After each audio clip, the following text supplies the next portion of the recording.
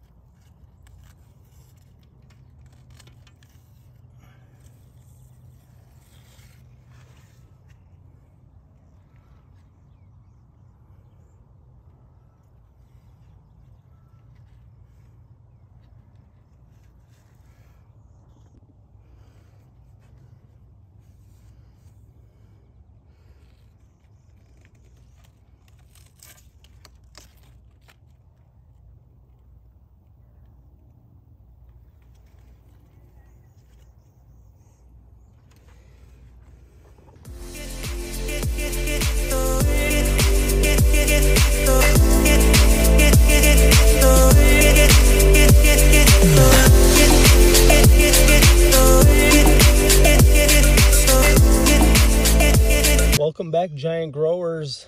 Happy Independence Day. Yes, the United States is 248 years old. Absolutely incredible. 248 years for the great United States of America. Happy 4th of July. Hope each and every one of you are having a safe and fun 4th of July for the United States. And if you celebrate it around the world, it's a good birthday. But speaking of birthdays, this is going to be birthday for my 839 Sandercock. We are going to pollinate this, what hopes to be a very beautiful pumpkin, on July 4th, 2024. So let's pop it open here and let's do some pollination. Now we'll show you here. What do we got? Let's see. It's looking beautiful. So each one of these is what we call a lobe. So this one is 1 lobe, 2 lobe, 3 lobe, 4 lobe, 5 lobe. This is what we would call a 5-lober. Now the lobes do not matter as far as the size of the pumpkin. These lobes actually just turn into seed chambers. So in a giant pumpkin, you can find anywhere from 3 lobes to as many as, I think somebody just had a 7-lober, which is crazy. But remember, some of the largest pumpkins on earth were growing with 3 lobes.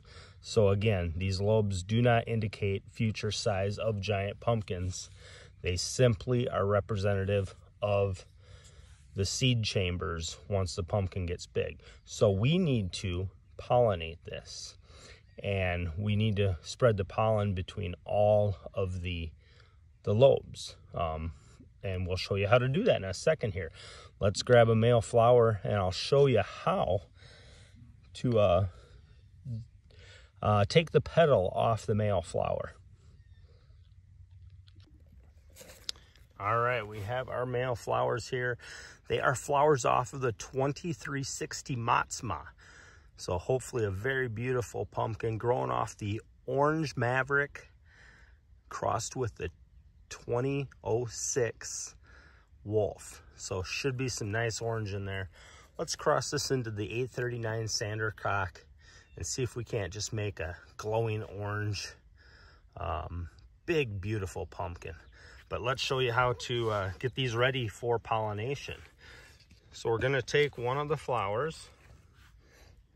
This is a male flower because there's no female, no small fruit below it. and we're just going to, I like to just gently pull it open like this. And then it'll naturally rip right down the middle there. You bring it right to the very bottom, and then you're going to just kind of hug this bottom white base here with your finger. Hug it, and then you just go around. See how it's just coming off very, very easily. You're not losing much pollen this way either. So now that's good. And then let's see if we can get a good zoom here, or a good focus. Okay, you'll notice this is just filled here with pollen. Just row after row of pollen.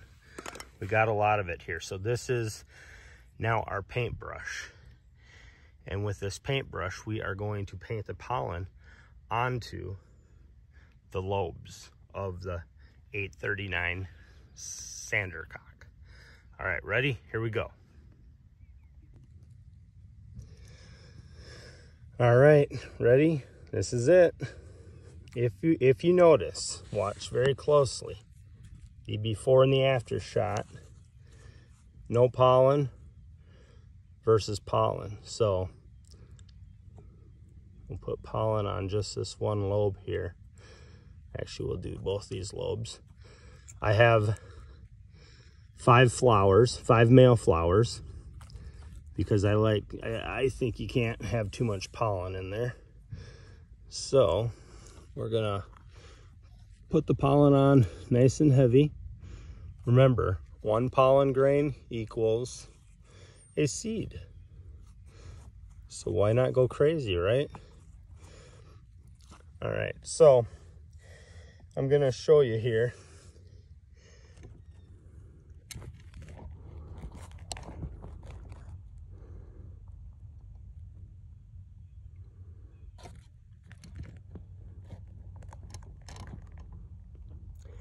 You can tell half of it has pollen and half does not. Let's zoom back out here. So you can physically see the pollen on there. See the pollen? No pollen, no pollen, no pollen. So we're gonna keep going with the flowers. We wanna cake this in with pollen. We wanna do the tops, the sides, and then down underneath if we can. We want to get right down underneath it. And then even right in the very middle there, we're going to put some pollen. This is, by the way, a very beautiful symmetrical lobe shape. This is exactly what you want when you're looking for what you want to pollinate. If it was all messed up, it's not end of the world. Doesn't mean your pumpkin's going to be a messed up pumpkin, although you could have some symmetrical issues, but we love to see them this way. All right, so let's rub that pollen on. You can see it. The lobes are nice and sticky, so they're just waiting for that pollen. So if I wasn't doing this, the bees, beetles, flies, those would be flying in here and keeping, or I should say bringing the pollen in, and that pollen, as they drink the nectar out of the white base where all the nectar is, they would be leaving pollen. Well, we want to do this in a controlled fashion because we want to know exactly the genetics that we have, that we're trying to get for our seeds. So remember, this crossing, this pollination does not do anything for this year's color of the pumpkin or the weight of the pumpkin. All right, we're gonna do the last couple here. And again, like I was saying, this pollen will affect nothing this year. This is all for the seeds that will come out of this pumpkin in the fall. The genetic cross will be there. So if you're not, this is not a must in the giant pumpkin growing world. you don't have to do a hand pollination or a closed pollination. You can let the bees do it. They do a great job. You don't have to mess with it. This is something we do because we want to keep our crosses, you know, pure. All right, just gonna cake the last of the pollen on here. Just really make it thick. We want so much pollen on that. Now, I should probably mention, it's about 68 degrees out. It's gonna rain all day. Not gonna get much above maybe 75, 79 at the most. That's actually perfect pollination weather. The pumpkin will pollinate between 70 and 80. That's kind of the range. So once it gets into the 80s, pumpkin pollination gets a little bit tougher. And if it's in the 90s, you're not gonna get one to take. So I'm very, very hopeful that today we have a very successful pollination, and we're going to temperature wise, and we're going to cover this up because we do not want the bees to get in now that I've just caked it in pollen. So we'll cover it up here. I'll show you that process, and we will have a completed pollination. All right, we are going to cover this up for the day. We do not want any bees or anything to get into it. Very, very important. In fact, if you have a lot of bees around your place, you got to watch while you have this open because they will try to sneak in. Fortunately, this morning I have not seen any bees, but you got to be very, very mindful because they will sneak in. And it does matter if you're going to claim that you have a certain cross. You do not want to allow a bee to get in there. If one gets in, you have now moved it from a controlled cross to an open cross, which we don't want. I don't know if you see this down here. We do not want that around the pumpkin vine, or the stem, I should say.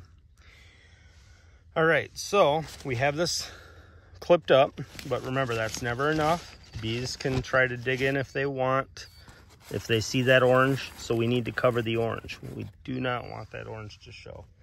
And in fact, because it's gonna rain all day, I'm actually going to, I'm gonna do something a little different. I'm gonna put this over it and then this over it. We don't want the rain to melt the paper baggie onto the actual pumpkin. So now we have protection.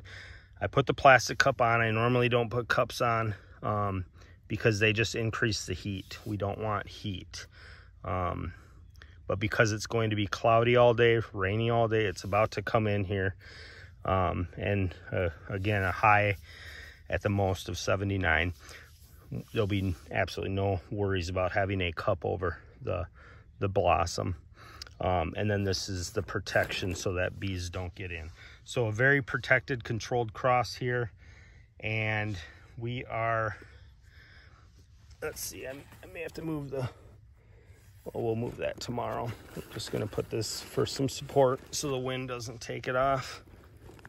All right, that is a successful pollination. Well, we'll see if it's successful, but we did the pollination correctly. On July 4th, 2024, again, Independence Day for the United States of America. 248 years old, in my opinion, greatest country on earth. But happy Independence Day, everybody, and thanks again for watching. If you like it, hit like, subscribe, and you guys have a fun and safe 4th. Growing big.